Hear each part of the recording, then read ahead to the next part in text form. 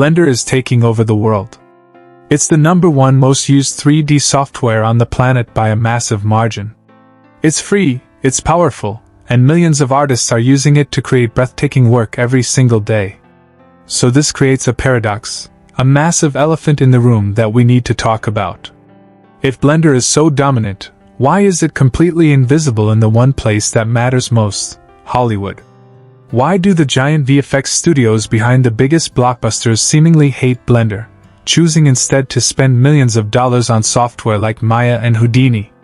It feels like they know something we don't. Well, the truth is, they do. And the reasons go far deeper than a simple preference. What we're about to uncover isn't just about software, it's about money, power, and the hidden economic forces that shape the entire film industry. And trust me, by the end of this, you'll see the industry in a completely new light. If you're ready to look behind the curtain of professional CGI, do me a favor and hit that subscribe button. We're about to dissect one of the biggest questions in the 3D world, and you won't want to miss what's coming next. To understand the present, we have to look at the past. The open-source Blender we know and love emerged in 2002. But by then, the race had already been run, and Blender wasn't even at the starting line. Throughout the late 90s and early 2000s, as CGI went from a niche spectacle to the default language of blockbuster filmmaking, studios were building their empires. They weren't just buying software, they were building entire digital pipelines. These pipelines were vast, complex ecosystems of custom tools, scripts, and plugins all built around a core program, which was almost always Maya or 3ds Max. These programs had a massive head start, and they became the bedrock of the industry. For nearly 2 decades, from 2002 all the way until the revolutionary 2.8 update in 2019, Blender simply wasn't a contender for this level of work.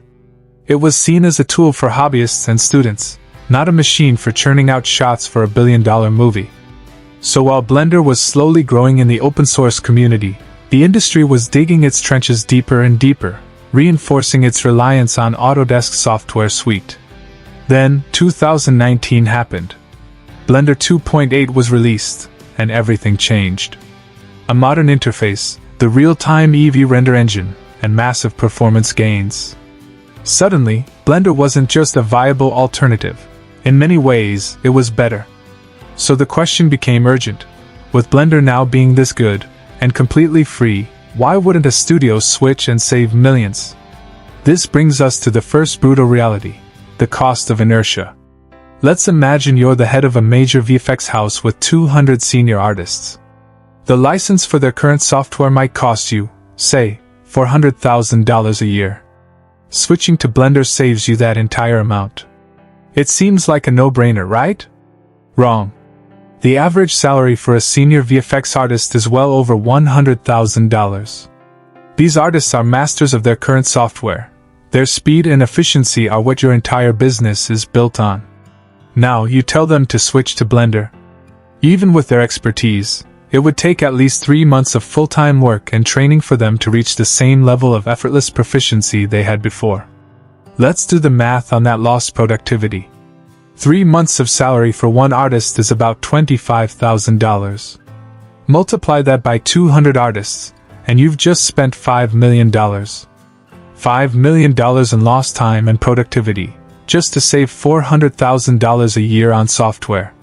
You would have to use Blender for over 12 years just to break even on the cost of the transition. No sane business on earth would make that trade. The financial barrier isn't the price of the software, it's the astronomical cost of retraining an army of experts.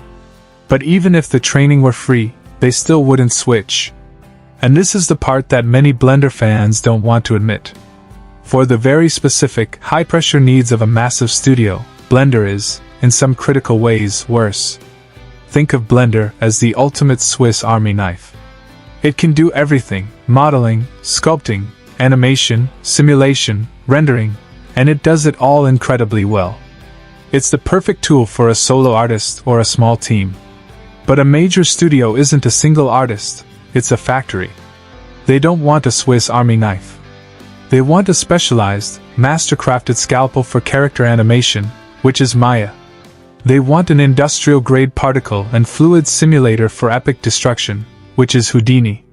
They want a purpose-built texturing suite, which is Substance Painter.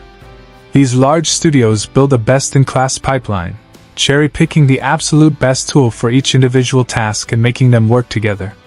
While Blender can do 90% of what those programs do, in a world where millions of dollars are on the line for a single shot, that last 10% of specialized power and efficiency is everything. And now we come to the final, and perhaps most important reason, the one that guarantees Blender will likely never be the industry standard, the red phone. Imagine it's 3 a.m. A critical shot for the next Marvel movie is due in the morning, and a bug in the software is corrupting every single render. The entire production is grinding to a halt. If you're an indie artist using Blender, you post on a forum, file a bug report, and pray that a developer sees it.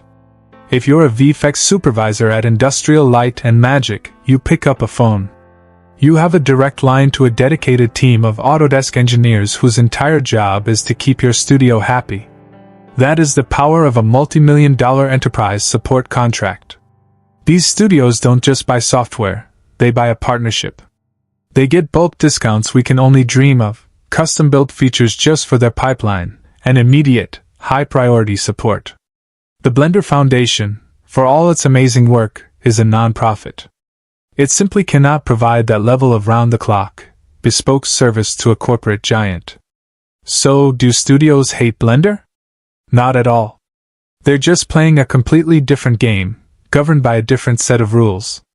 They're locked in a fortress of legacy pipelines, staggering switching costs, and exclusive enterprise support, a fortress that Blender, despite its incredible power, simply cannot breach.